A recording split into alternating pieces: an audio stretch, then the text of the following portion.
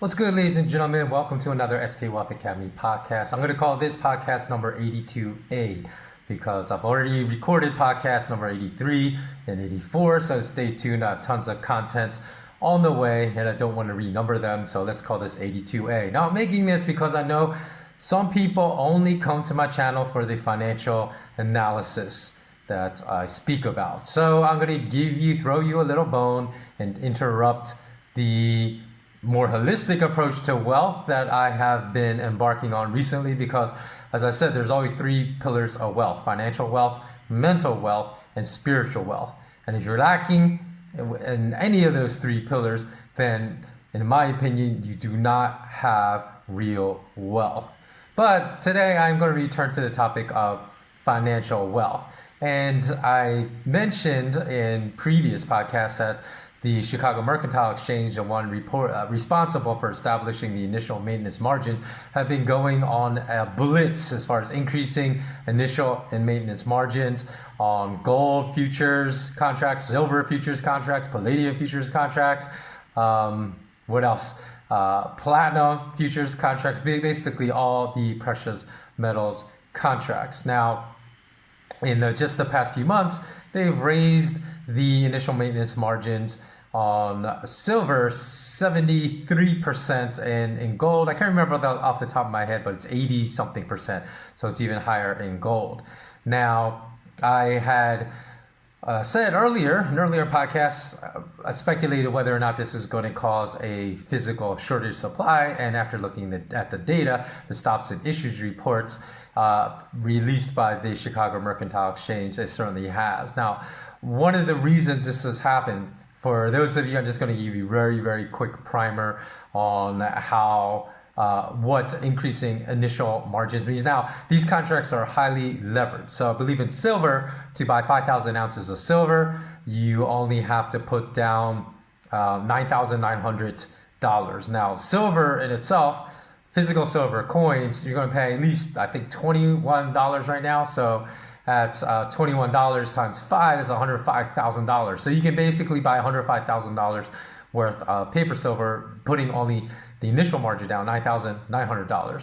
Now, when these margins are raised, the reason why this causes a problem for those that are not liquid, just think about it as your mortgage payment. Say your mortgage payment is $800 a month, and all of a sudden it's jacked up to like $1,800 a month. Now, you weren't preparing for that increase, so you might not be able to make it, and you might have to sell your home because you can't pay your mortgage. This is kind of what the purpose of the CME creating artificial dips in paper gold and paper silver prices by raising margins.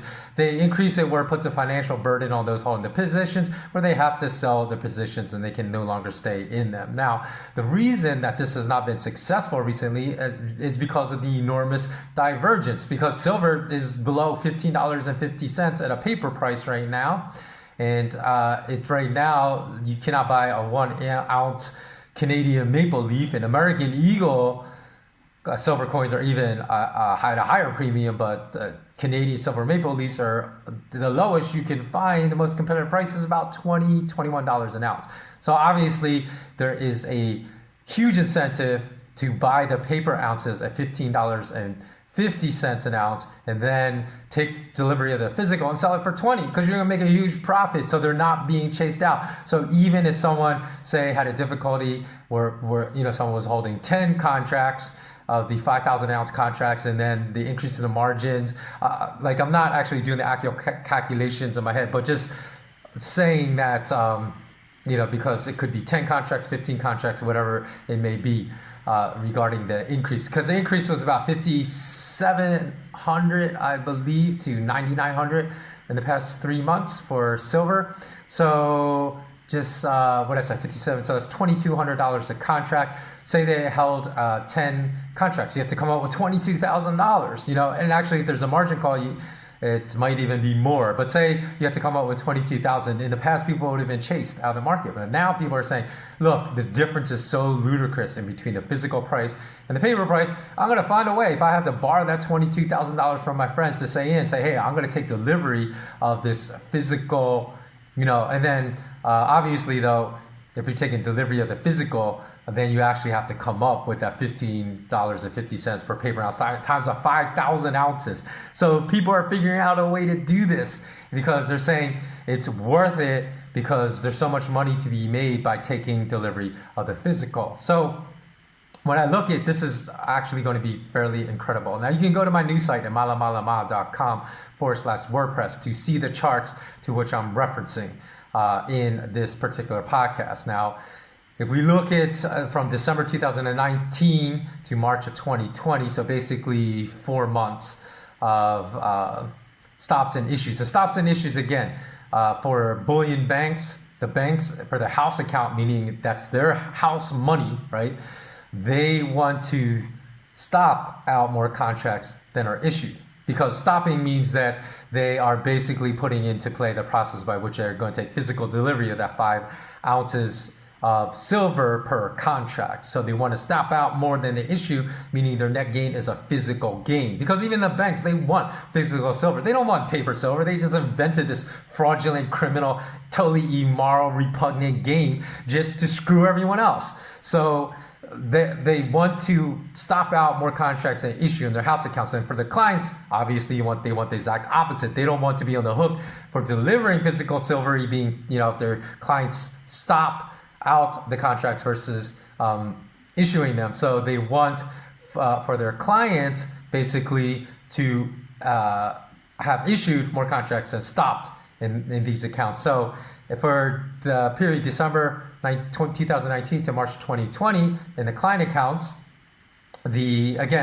remember the banks want issued to exceed stops. So the issued exceeded stops, but only by 5. So 5 times 5,000 ounces per contract. They lost 25,000, not a big deal.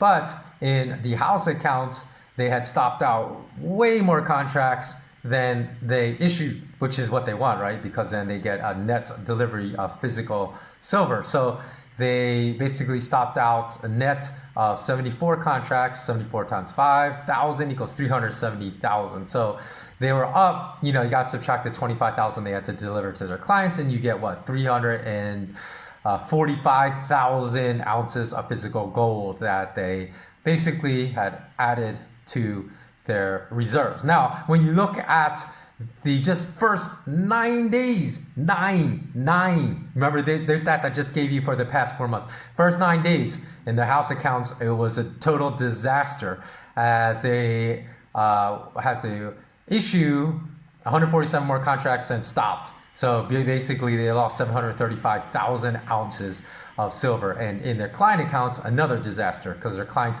stopped out way more contracts than they issued, 139. So 139 times 5,000 is 695,000. So you add those two together, 695,000 plus 735,000. 6 plus 7 is 1.3. So it's basically about 1.4, I think over 1.4 million ounces of silver were coming out of their warehouses. So it's 1.43 to be exact. So you can go back, and then I also discussed the same thing that had happened just in the first 9 days of the when we look at the stops and issues report for the paper, the most heavily traded gold futures contract in New York, the 100-ounce COMEX gold futures contract. And so what had happened the first 9 days of April, let me go look. And again, I wrote 2 separate articles, one for gold, one for silver, and you can find them for the month of April on my news site at malamalama.com/WordPress. And so if you look at the first 9 days of April, that they, again, in their house account, they lost 498,800 ounces of gold. So basically 500,000 ounces of gold. And in the first 9 days, their clients issued, their clients stopped, which is not what they want. They stopped additional 4,908 more contracts than were issued.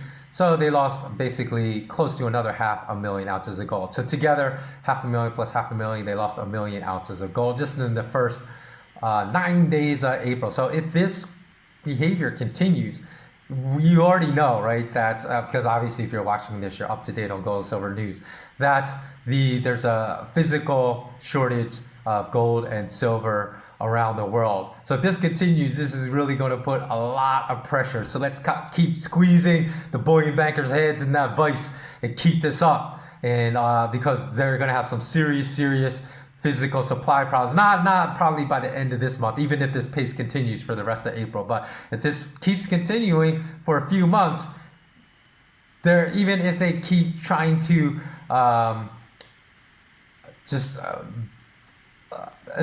immorally raise maintenance and the initial maintenance margins for gold and silver futures contracts, and people keep doubling down and standing their ground rather than being chased out of their positions if they're holding long positions as they had been in the past, the bankers are going to be on the run. So that's why I also wrote an article telling physical precious metal dealers to stand their ground. Don't follow their prices downward if they try to engineer an artificial price dip downward. Stand your ground, keep your prices firm, and even raise them, because the greater the discrepancy becomes, because it's like this, right? So which is already pretty obscene, and it becomes like, or maybe I should say absurd. It's absurd right now, but if it becomes obscene, because the next time the bankers raise the initial maintenance margins, try to artificially create a plunge in the paper prices, right? So the paper prices are going down, but instead of following it down, which has been what the physical precious metal dealers have tended to do over the past decade, they raised it by the same margin the prices fell. Then the price divergences between physical up here and paper down here are going to be so absurd, nobody is going to follow the fake banker paper prices anymore. And to end this, I keep hearing people reference, like at one point last week, they said, oh, the ratio of gold prices to silver prices reached a record 125 to 1. That's not a record, because you can't buy real gold and real silver at these fake paper prices. So stop forwarding this garbage.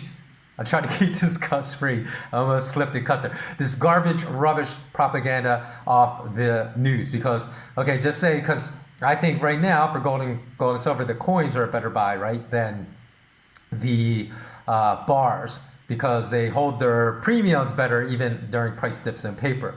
And the premiums, although the premiums have moved recently for years and years and years, because I've been posting information, I've been posting podcast videos for 10 years. I've been writing articles for 15 years. So for years, the premiums of coins over bars was only like 3 or 4%. And I know they've grown a lot greater now, but for years you had an opportunity, if you've been following me, to take my guidance and to buy it at a time when the physical prices were not that much greater than even the paper prices, right? So now I am saying that I believe that the divergence will grow even further, but we have to look at real prices. So if we look, I remember looking just a few days ago and looking at the price of a 1 ounce 495 Canadian gold maple leaf, and then a 495 1 ounce Canadian silver maple leaf. And that ratio was 85 to 1. That's still a huge amount. You can buy 85 1 ounce silver coins for the price of one gold coin, one ounce gold coin. But it's not 125 to 1. So stop. I urge you to stop listening to mass media, the rubbish they spout, because you're not going to really get the real news and understand what's going on. So I'm going to come back and actually, I'm going to make a video in which I'm going to put all in the show notes, all the videos I made of the past 10 years that I recommend that have key information, because there are some things I wrote 10 years ago that still apply today, are every bit as relevant, if not more relevant today than they were 10 years ago. And that doesn't just have to do with financial news. It has to do with delaying college education, making a smart choice, allocating your money wisely in these times, and whatnot. So I'm going to put all those articles, and then I'm going to make also of all the videos that I recommend as well. So please do come back. That will probably be around podcast 87, 88.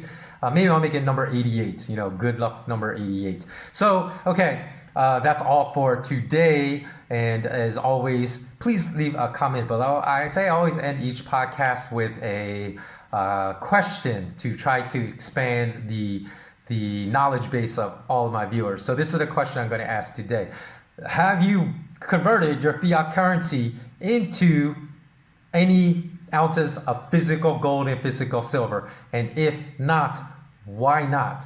And if people say no, then I would also like the people watching this, because I know they're very, very smart people watching this podcast that understand how they can help people out, and even if they only have a few $100s, how they can help them preserve their savings by buying physical gold and physical silver and having the capacity to liquidate it in an emergency within 3 days and get the cash that's required. Okay, so that's all I'm going to say for today. Please do comment below. Please like and subscribe. Let's get to 1,000 subscribers before the end of April. And as always, remain intensely curious. Thanks so much for watching.